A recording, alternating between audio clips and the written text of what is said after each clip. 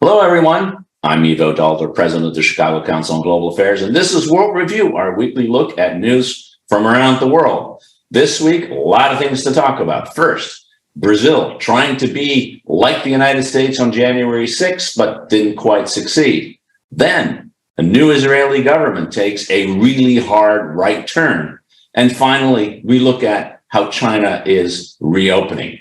Joining us today are Giles Whittell, World Affairs editor of Tortoise Media, and Ravi Agrawal, who is the editor-in-chief of Foreign Policy magazine. Unfortunately, Bethany Allen-Ebrahimian of Axios was unable to join us because she is not feeling well, and we wish her all the best. Giles, let's start with you. Remarkable scenes on Sunday that seemed to remind people of what happened in Washington, D.C. on January 6, 2021. Now it was Brasilia, and in the plaza of the Supreme Court and the Congress and the presidency all coming together, a mob rampling through these buildings and trying to overturn an election that didn't succeed. But what should we make of this really quite remarkable scene that we saw on our TVs just this week?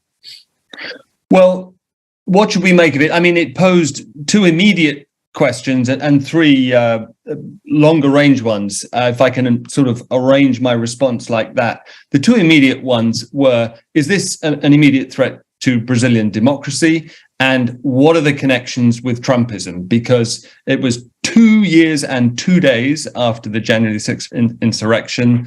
It was preceded by a lot of conspiracy theories on the web, some of them actively stoked by some of Trump's supporters. Some of the supporters of Jair Bolsonaro, the outgoing Brazilian president, have a direct line into Fox via Tucker Carlson's show in particular.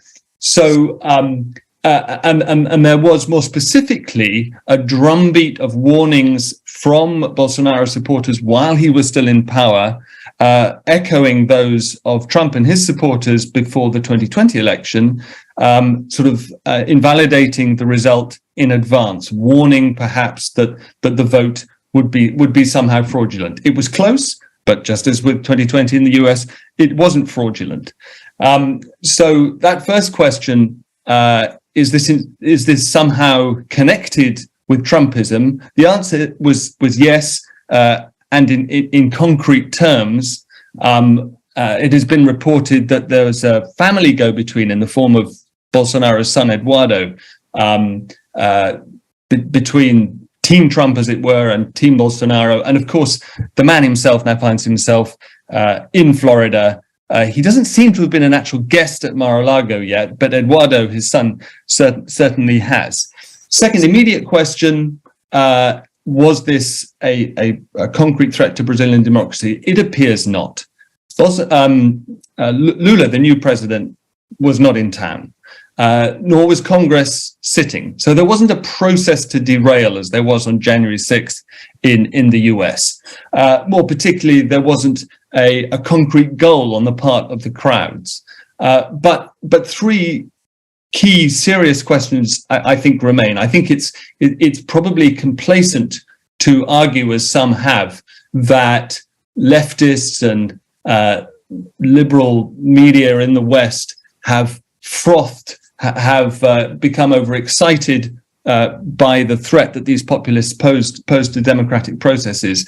And while as I've just said, it is clearly the case that January 8th in Brazil was not a serious and immediate threat to democracy. Let's remember, Brazil is a country that within many people's lifetimes had a military dictatorship. They have a memory of that. The outgoing president was an army officer. I think it is complacent to suggest that there is no risk of a return to that form of governance. So the first of those longer-term questions that cannot be answered yet is the extent to which the security forces were complicit in what happened last Sunday. There's video amongst many videos circulated of police laughing and helping some of the protesters along rather than arresting them. But the question of the extent to which the security forces were complicit remains to be answered. Also, would the military, under any circumstances, back a coup? We don't know. They have said they have renounced any such thing recently, but in the final months of Bolsonaro. But what happens when Bolsonaro himself finally returns from Florida to Brazil? We'll see. And thirdly, and I think, from a personal point of view, this is an issue that is one that we think about a great deal at Tortoise and globally matters. What does this mean for Lula's ability to govern, assuming, and I think it's a safe assumption, that he stays in power? Bolsonaro's party remains the biggest in Congress. His following, even if it's on the part of somewhat conspiracist, delusional followers in certain respects, remains strong.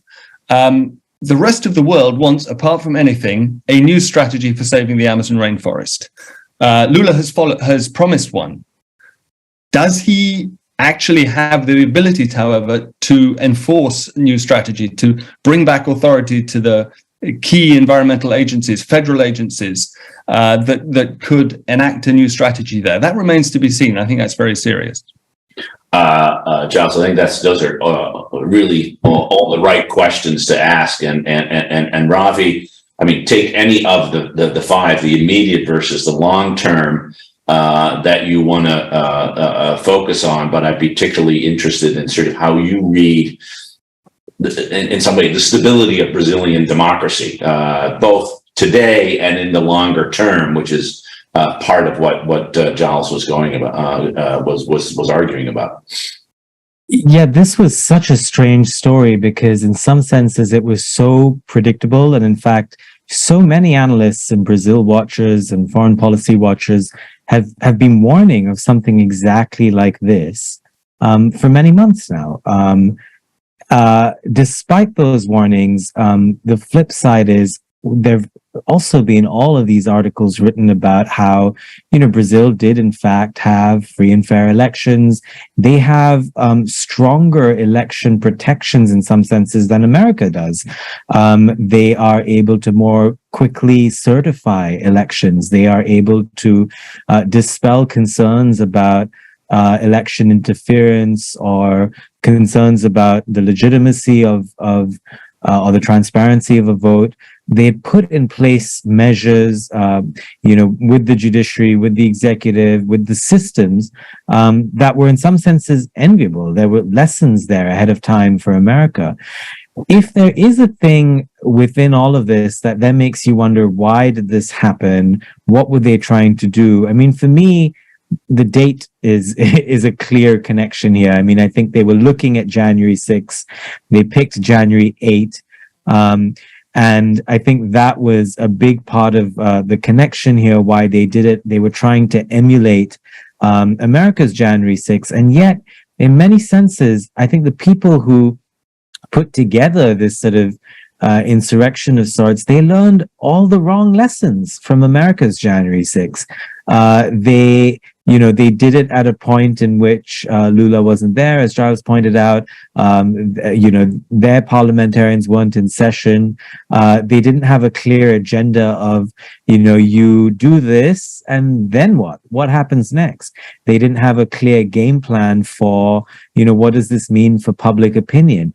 Public opinion, by the way, early polls, some social media analysis suggests that this was not a popular move at all. I think most Brazilians, from the early tellings, in as much as we can tell, were deeply unimpressed by what they saw either in person or on their television screens.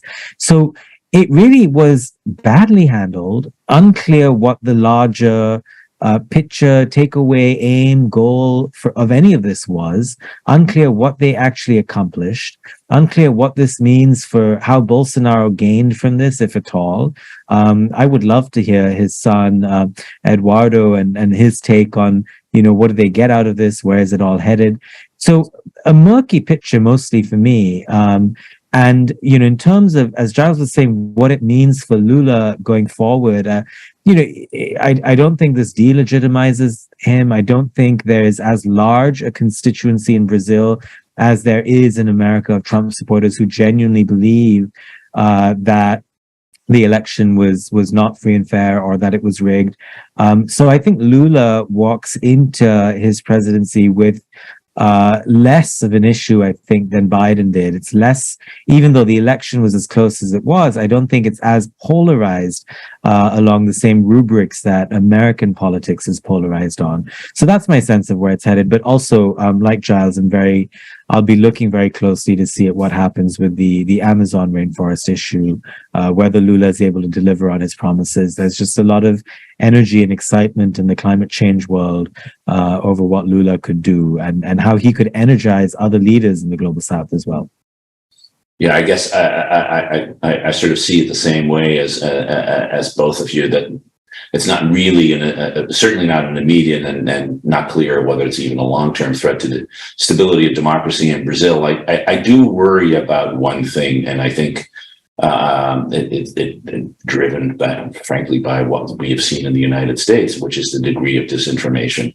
And the degree at which a meme takes hold about the nature of the elections, led by the top, because of course Bolsonaro spent all of the time leading up to the election doing exactly what Trump had done, frankly, before 2016, but much more loudly before 2020, saying that by definition losing means fraud, and it's that kind of conversation that is now seeped into the popular context in Brazil, and of course it remains in the United States.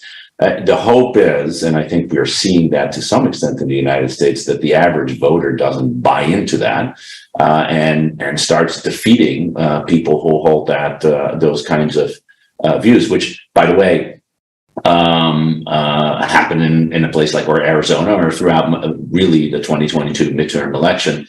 And the hope would be that this does strengthen democratic forces, it does strengthen Lula. I agree, Ravi. I think that the indications are he's coming out this stronger, not weaker. But whether that ultimately, how can you have a healthy democracy which doesn't only rest on laws and rules and procedures? It rests on norms. It rests on custom. It rests on, particularly the British system doesn't even have a written constitution in that sense. It really is about the acceptance of certain modes of behavior, which now in Brazil and of course in the United States, and to some extent in Britain and other places, have been thrown out of the window. And that's my sort of deeper concern. Can I make one quick sort of almost a philosophical point? It struck me for many years that things that happen in America sort of ricochet around the world, for good and for bad. But it has always struck me that American culture tends to get exported the most. So American debates, whether it's after Black Lives Matter, it was very interesting to see how other countries around the world, in completely different contexts, without America's history with slavery, would interpret the BLM movement and find ways in which to apply it in their own context. Some, I think, rightly, some, I think, mistakenly so. You look at the culture wars in America, you look at debates over woke culture, going further back, you think of class wars, the 1%, all of that stuff. American phrases, American ways of looking at issues, American debates, I've often found other parts of the world, they tend to derive a lot of their ideas and debates from America. What I didn't expect is that something as crazy, as silly, as pointless, as rooted in falsehoods as the January 6th insurrection would be the thing that gets exported to a place like Brazil. Of all the things, that is what gets exported. And so poorly, as we've been discussing. So what a strange world we're in. No, absolutely. It is a strange world, but it's true. And it shows the dominance of the United States still in the global conversation, whether people like it or not. It's right there. Giles, did you want to jump in? Yeah, strange world and a strange moment. I feel we're very much confronting a known unknown, which is the longevity of call it what you like, parallel universe, alternative facts, substituting conspiracy for reality. In the real world in Brasilia, there are between about 1,500 arrests so far, and it may prove that nips this in the bud, that the widespread pro-democracy counter-protests in Sao Paulo and elsewhere reflect reality. But what we don't know from the States, picking up on your point about American culture and American cultural experts, because we are now between the midterms and the next presidential election, which will prove a final perhaps test of the power of the conspiracists who support Trumpism, is what we don't know is whether that will come back in the real world as it did in 2016 to help him get elected. All the evidence, unfortunately, from the US is that very, very large numbers of Republicans continue to buy into large parts of Trumpism and its alternative set of facts. Briefly on one of these shows before, I think we've talked about how some of the megaphones in mainstream media have abandoned that and ceased to amplify it, and that might make a big difference over the next 2 years. Although then, the spectacle we saw in Washington over the election of a speaker doesn't give one a lot of hope that it's going away anytime soon. But it's but that's for another day. We'll be watching this closely. It'd be very interesting. I also want just to emphasize Ravi's really important point that the United States could learn a lot about how to run elections from the Brazilians. The fact is that they had announced and certified the election results within 3 hours of the polls closing.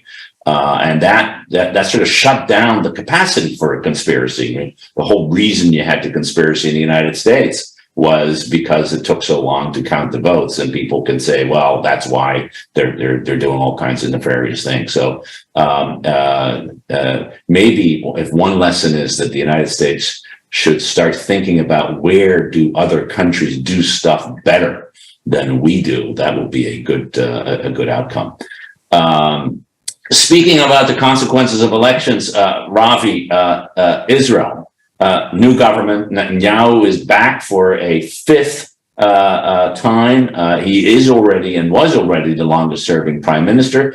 He is back as a man who is standing trial for corruption at the same time, and has the most right-wing coalition in the history of Israel. And the results are to be seen. It's at a remarkable speed that the government is starting to take control and delivering, as Netanyahu says, on what they promised. But what they promised wasn't exactly what a lot of Israelis were hoping to see. Bring us up to date about the last few weeks, and what do you think it means for Israel and democracy there, for its standing in the region and its relationship with new partners, and of course, for the United States relationship with Israel? Yeah, I mean, a great set of questions there, Ivo, and I'd love to hear you both on this as well. But it's kind of amazing how in just a few weeks, Israel's taken such a sharp turn to the right, with Bibi Netanyahu at the helm, as you said, at the, for the fifth time, but at the sixth attempt, because Israel, of course, has had so many repeated elections recently as they've tried to figure out, how to get a coalition government in place that crosses the 60 number that they need to have enough seats in the House. And that, of course, is how parliamentary elections work. They're messy. But when you have this many parties that with that many different stakeholders, from different parts of Israeli society, it all makes it so much more difficult. So the worrying things, Bibi Netanyahu is, immediately making real significant worrying concessions to the far right on a range of issues, on on Palestinian issues, weakening the court, giving the police more power, also moves to allow the ultra-Orthodox community to continue to enjoy benefits that have been long unavailable to other citizens. So, they are, Israel's been debating reform for quite a while to sort of, push the ultra-Orthodox community to be more in line with the requirements of the rest of society. But instead of reform, it looks like Netanyahu is going to try and appease those communities to extend some of the benefits they've had. So, exemption from army service, for example, government subsidies, stipends for people who choose full-time religious study over work, state funds being used for through their curriculums to continue the ultra orthodox education that they've been receiving. And all of this has a range of I think, as you put it, Ivo, a range of consequences for Israeli democracy, because this, of course, makes Israel, it sort of cements and solidifies the far right's place in society, it weakens democracy. I think in economic terms, and this doesn't get discussed enough, I believe one opposition lawmaker said that some of these measures that are being discussed could cost Israel something along the lines of $5 or $6 billion a year in terms of the costs of these programs, but also the subsidies. That's a lot of money for the Israeli economy. And then lastly, demographically, given that one of the fastest growing groups in Israel is the ultra-Orthodox group, just in terms of how quickly they grow their population. These are all trends that we can then imagine solidifying and extending themselves in the next decade, 15 years, which would mean that a lot of what we're seeing is not just a one-off. These could be trends that solidify in Israeli politics and culture much more broadly, changing voting patterns. One thing that is clear is that Israel's far right, this is the most far right government we've seen in Israel. But we're also at a point now where, given the strength of the far right, given the size of the far right, they will likely always, forevermore, either be kingmakers or a significant opposition in future governments. So a range of worrying issues, I think, for Israelis and friends of Israel to consider in the coming months. Great summary of really a lot of stuff that is happening. And what's interesting, Giles, is that when people were warning Netanyahu about this as he was putting together his coalition, he said, "No, don't worry about it. Just I will be held responsible." Well, now we need to hold him responsible because just to take one issue on the courts, I think they're putting a law in place that allows a majority of the Knesset, so 61 votes, to overrule any Supreme Court decision, even if that Supreme Court decision is 14-1 if it's not unanimous. And in a country that doesn't have a second chamber, that doesn't have veto power or the kind of checks and balances that one has, we really are starting to live in a majoritarian sort of form of democracy, which of course is something that, on one hand, it is one person, one vote. So you don't want to translate that into how power is distributed, but how power is executed ought to be limited in some way by broader normative and customary issues that we just talked about in Brazil. So should we be worried about where democracy is going in Israel? After all, the country that is the only democracy in the Middle East, it's one of its rightful calling card in the region. Right. Unless you regard Iraq as an emerging democracy post-war, possible. But no, absolutely. Should we be worried? Yes, we should. We should definitely be worried. What Netanyahu said about the small ultra right-wing parties that make up his majority is, don't worry, I'm not joining them, they're joining me. But to Ravi's point about solidification, democracies depend to an extent on the pendulum effect, on the pendulum swinging back from extremism through the center, perhaps off to the other extreme, but gravitating around a set of norms and the political center for the health of the democracy more broadly. And that extra power given to the Knesset over the court reminds me of more than anything of what's happening in Hungary and to an extent Poland. That is a mechanism by which the pendulum could be kept over to the right. I have nothing. Well, let's put aside my views on politics. It's if the pendulum can't swing that you have problems, and there may be another technical problem in the threshold that exists for Israeli parties to get any representation at all in the Knesset at 3.5%. As I understand it, you have a very large number of very small parties, and on the right they are reasonably comfortably over the 3.5%. Let's remember that's a very small share of the popular vote. A large number on the left are just around there or under it, and are unrepresented as a consequence. Experience of power, if experience of power on the part of those very small parties solidifies them in power, then there's a serious problem for that pendulum. What does that mean in the real world? Well, I worry particularly about Itamar Ben-Gvir, the new minister of multiple portfolios, as far as can be determined, but specifically about his responsibilities in the West Bank. Is it the case that as they take advantage of having Netanyahu's ear, they set out to destroy the legitimacy and authority of the Palestinian Authority, to end for good any prospect of a two-state solution, to sort of atomize Palestinian presence on the West Bank? If so, then what does that mean for Israeli democracy in a country which does still have a 20% Arab population? I think that is both a short and a long answer to your question. Yes, we should be worried.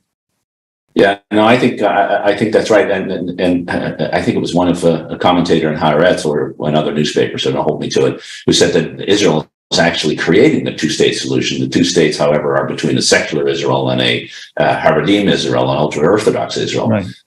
Because of the trends that Ravi pointed out in terms of the subsidization and the consolidation of political power by the ultra-Orthodox, who are critical for any coalition and therefore have extraordinary leverage in order to maintain that power. I think the other thing to be worried about is the implication for this secular Israelis, left and right, but secular Israelis, and who don't believe in that the future of the state of Israel depends on annexation of the West Bank. They're losing hope, and so a large number is now thinking about leaving Israel for different shores. At the same time, of course, in the United States, at least since the 1973 war, the most important supporter of Israel, a huge debate starting to emerge between Democrats and Republicans, between a certain part of the Jewish community and other parts of the Jewish community about the extent of which support for Israel needs to continue. All of which, to Giles' point, I think is strengthening, and Ravi's point, to both of your points, is strengthening the long-term power capacity of the right versus the non-right. And the non-right's very divided between both a ideological division and a secular religious division, which is the previous government had both of those parts to it. Very right-wing politicians who were secularists or didn't believe in the power of religion in politics, which is not quite the same thing. Bennett, of course, was a very Orthodox Jew, but didn't believe that should be part of the political process in the same way. Those divisions are real. Those wrench societies in a way, and it's going to be hard to see how this gets kept together. And if we have to rely on Netanyahu to do it, which is basically his argument, I will keep it together. It bears watching. Let's put it that way. Giles. I have two quick questions for both of you. Where do the Abraham Accords fit in all this? Is Netanyahu in his latest incarnation somehow emboldened by them? And is this in some strange way a legacy of Jared Kushner's involvement in the region? And secondly, who is the Tony Blair in all this? Is there anybody on the world stage who speaks for the Palestinians as he did for many years? I mean, say what you like about him and his involvement in the Iraq War, but he was a strong centrist voice for the Palestinians and for a two-state solution for economic development on the West Bank for many years after leaving power in the UK. And I'm not sure if there's an equivalent now. I mean, on the Abraham Accords, I think what's interesting is that the UAE, which remember agreed to sign the Abraham Accord explicitly on the condition that there would be no annexation of the West Bank, which is what Netanyahu was moving towards, and said, we're not signing, has not reacted to this development, which is de facto annexation, if not, given the makeup and the power within the cabinet of forces that are very much in favor of annexation and making the West Bank part of Israel. And yet the UAE seems to have been silent. And there is, of course, a relationship between Netanyahu and the Gulf states in particular that's longstanding, a result, I think, of the Kushner. Remember, there was the WhatsApp quartet. It was Kushner, Bibi, MBS, and MBZ. The crown prince of both, at that time, the crown prince of both UAE and Saudi Arabia were constantly chatting with each other. And that seems to still be a very strong relationship, particularly as both the UAE and the Saudis are in some ways, like Israel, figuring ways to distance themselves from a democratic White House and the United States. So there is a sense that I think these accords are likely to in some way strengthen the relationship between Israel and its neighbors to some extent as in response to weakening ties with the United States, and by the way, strengthening ties with Russia, another part of what's happening. Yeah, it'll be very interesting to see what Biden's approach towards Netanyahu will be. I think, the start of the decline in the U.S.-Israel relationship began, I think, under the Obama administration. And part of that was, Obama took on the Palestinian issue, the Iran issue, kind of at the same time. And I think that created a sense of unease and mistrust in Israel, rightly or wrongly. And I imagine Biden will take a slightly different approach than his former boss, Obama. I think he will have seen that period closely. I think he sees, is quite open about how he sees Israel's sort of place in the world. He's often called himself a friend of Israel. He called Netanyahu after the election to congratulate him. It'll be very interesting to see how the two of them navigate their relationship over the next few months. I imagine Biden will be under pressure from groups in the United States as well to talk about things that they don't like what they're seeing in Israel. But a couple of other things to look out for. I think it'll be very interesting to see how Netanyahu, whether he tries to do anything vis-a-vis the war in Ukraine, just given Israel's interests in both Ukraine and in Russia. And then lastly, I guess the thing to look out for is, in a parliamentary system, Netanyahu can call for elections at any point, whether, in 23 or 24, depending on how he sees things going for him. If his position strengthens, then the consummate sort of politician that he is, he may decide that he wants another crack at this and to reorganize the Knesset to his advantage. And I'm sure that some of the smaller groupings in the coalition will know that about him. So that may be one thing that tempers the most extreme forms of behavior from various factions. But let's see. We will be watching it from here for sure. I think those are all good things to watch out for. In the final few minutes we have left, let's turn to China. Last week, as Brazil saw its political institutions stormed by protesters, the border between China and the rest of the world opened up, and people were in Hong Kong and other places reuniting with their families. It also meant that at a time when COVID is really all over the place in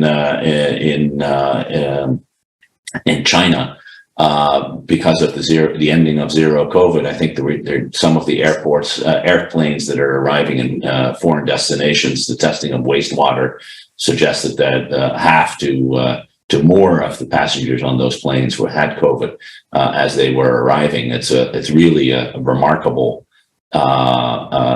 sense of change that we're seeing.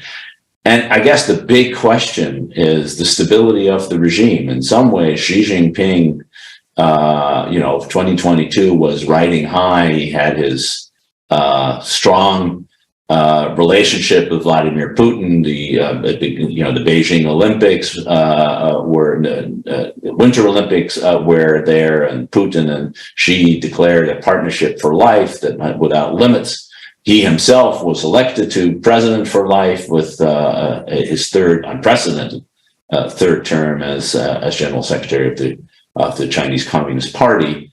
And yet it looks like the economy is not growing. Zero COVID is, on the one hand, the end of zero COVID, on the one hand, will sort of allow people to start producing again and being part of it. On the other hand, it seems like it's killing a lot of people and certainly disabling a lot of people, which is not great for productivity. And China seems increasingly isolated in some ways. Europe is consolidating, perhaps not quite in the U.S. line, but it is thinking about competing in a real way. Putin turns out to be more albatross than help around Xi Jinping's neck, and for 40 years we've been thinking about China's rise. Are we at the cusp of China's decline, Giles? What's it's a big question, but sort of, I mean, what trends do you say, are there trends in the other direction that suggest, no, we need to be careful here, not to overestimate the immediate moment in which China's having troubles, which I think everybody will admit it has. But in the long term, this may be a blip, or a big blip, but certainly something they overcome. Maybe I should start by channeling Bethany, who can't be here, but I remember very clearly last time I was on the show, she was too, and I was being naive and optimistic about signals from China, and she said, be under no illusion. Every protester who protested in November over zero COVID will have been identified by this surveillance state and will pay in some way. And I defer to her greater wisdom on this. The first, and not quite the last time, but the first time I was in China was October 1989, when you could still see the tank tracks on Tiananmen Square.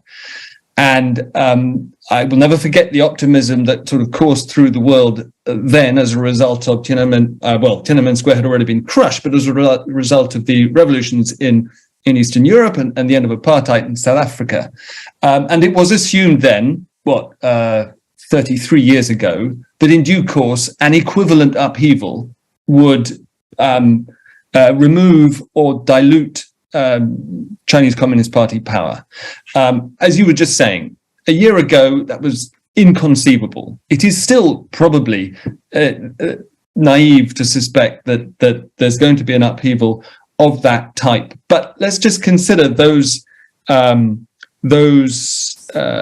protests last November, the most serious since Xi taken power in about a decade, prompted by lockdown. Post-lockdown, what we're having, as you said, is possibly anything up to 1 million deaths over the course of this year, and at any rate, vastly more than the official count.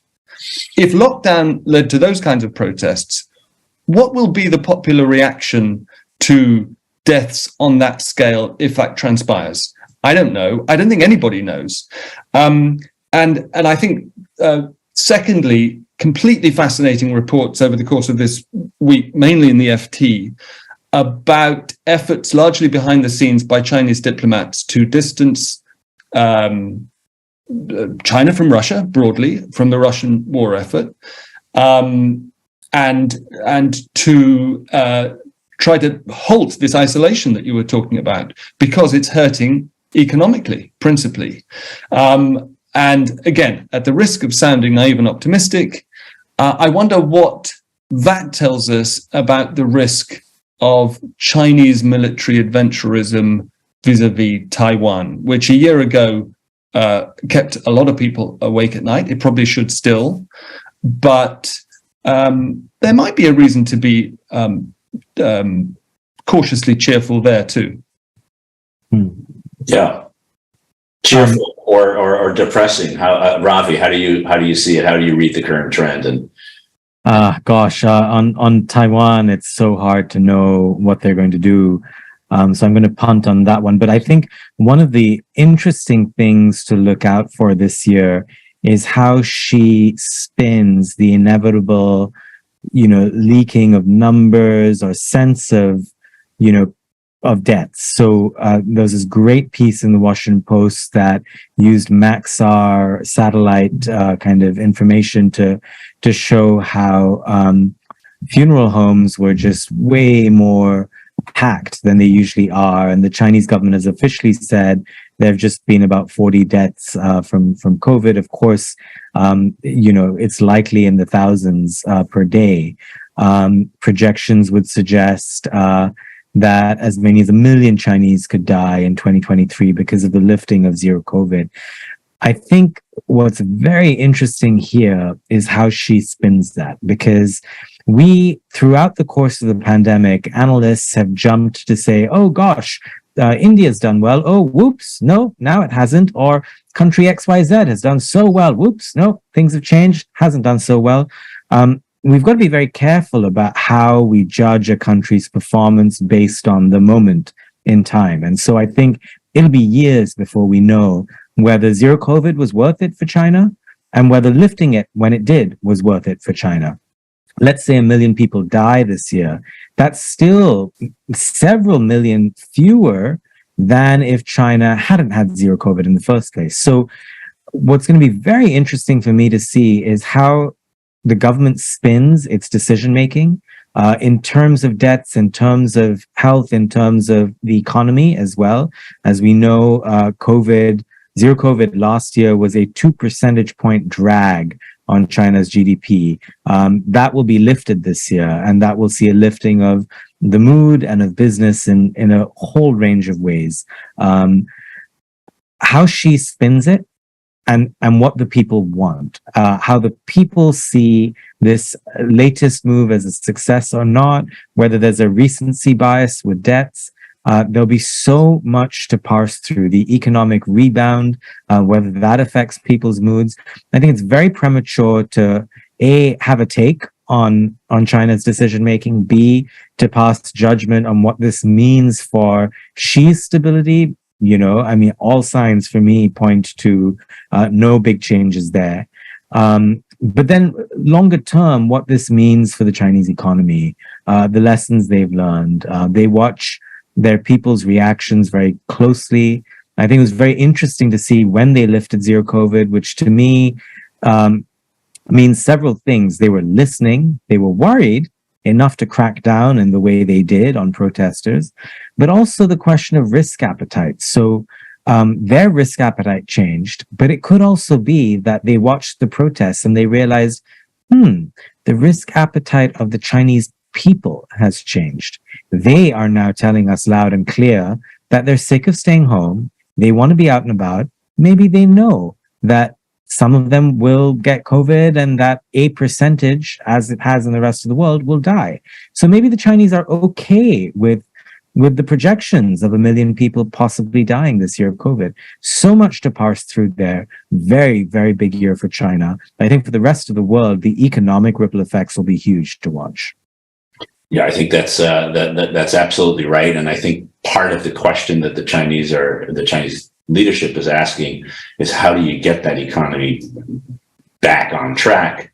It's growing at probably 3% this year. It really needs to grow at 5, 6, 7, 8% next year in order to start to catch up again. And that's why Giles mentioned this piece in the FT, which I thought was really fascinating. This attempt, perhaps, by the Chinese to downplay the wolf warriorness of its foreign policy, the wolf warrior extreme spokesman of the foreign ministry is now, I think, doing something, the third deputy on borders and something or other. So he's been demoted. Border and ocean affairs. The border and ocean affairs, very important, particularly in oceans where they keep on building islands and militarizing them. But I don't think that's what he's doing. And a slew of European leaders who have and will continue to come over. And I think the Chinese have long tried to split Europe from the United States. They will continue to do that, but they see it as an economic necessity.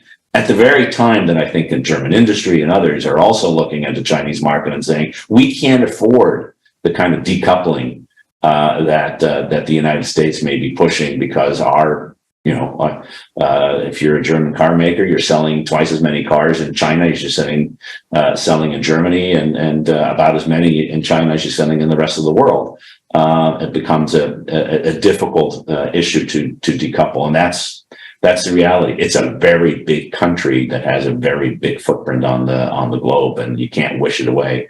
Same time, I'd argue that this balance between repression and allowing people to express themselves, we don't know how that's playing out, whether the government is smart enough to figure out how to move it. They may be putting protesters in jail, but there are a lot of people out there in social media talking about this. We'll be watching all of it in the weeks ahead here on World Review. I want to thank Giles Whittell, Ravi Agrawal for a really excellent conversation. I want to thank you all for tuning in, and we'll be back next week with another edition of World Review. Until then, have a wonderful weekend, and we'll see you next week. Bye-bye. Bye-bye.